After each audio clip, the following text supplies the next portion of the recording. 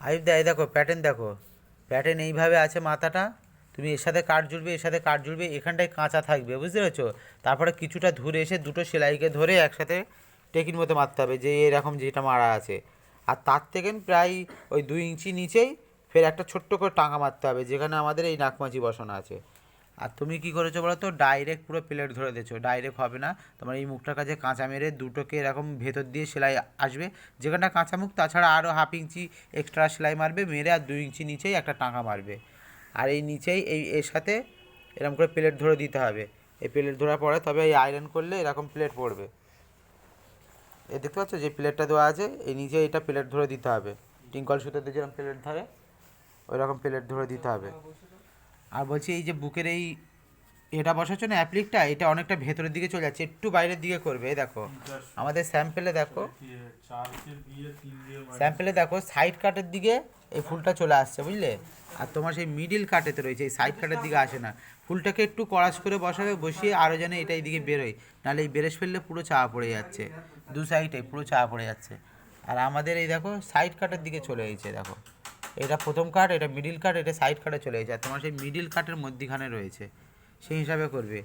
আর এই যে অ্যাপ্লিকগুলো বসিয়েছে সব সাদা সুতোয় বসাচ্ছ, এগুলোই যেরকম ম্যাচিং এমব্রয়ডারি আছে ম্যাচিং সুতোতে বসাবে, আর ফুলে যাচ্ছে, একটু দেখে শুনে বসাবে। এই এই দেখো এইসব বান্ডেকের ওপর দিয়ে বসাতে হবে, তোমার সেলাই সব নিচেই পড়ে যাচ্ছে। আর এই কালার মালটা করেছো, আরও সব এইগুলো ছেড়ে ছেড়ে যাচ্ছে, এইগুলোকে একটু ধরে নিতে হবে। এই মাথাগুলো সব এরকম ছেড়ে যাচ্ছে, বুঝলে? মাথাগুলোকে একটু সেলাই ধরে নিতে হবে।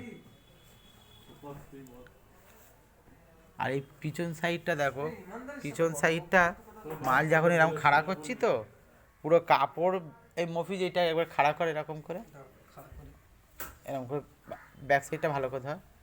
এই দেখো পিছন সাইডটা খেঁচে এইদিকে ফুলে রয়েছে, তোমার এখানে হচ্ছে না। এই দেখো অলরেডি এখানে সেলাই কাটা ফাঁকা, দেখতে পাচ্ছ? আর এই দেখ পিছন সাইডটা মানে হয়ে যাচ্ছে, কাপড়টা ভালো করে ফিটিং করে ফেলে করবে।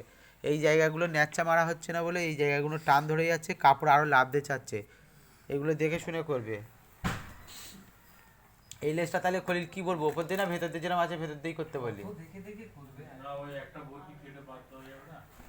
আরে সেটা ও ওনার সাথে কথা বলতে হবে, আমাকে বলছি বাদ দেওয়া যাবে না, সে যদি না করতে পারে সে আমি কি করব বল?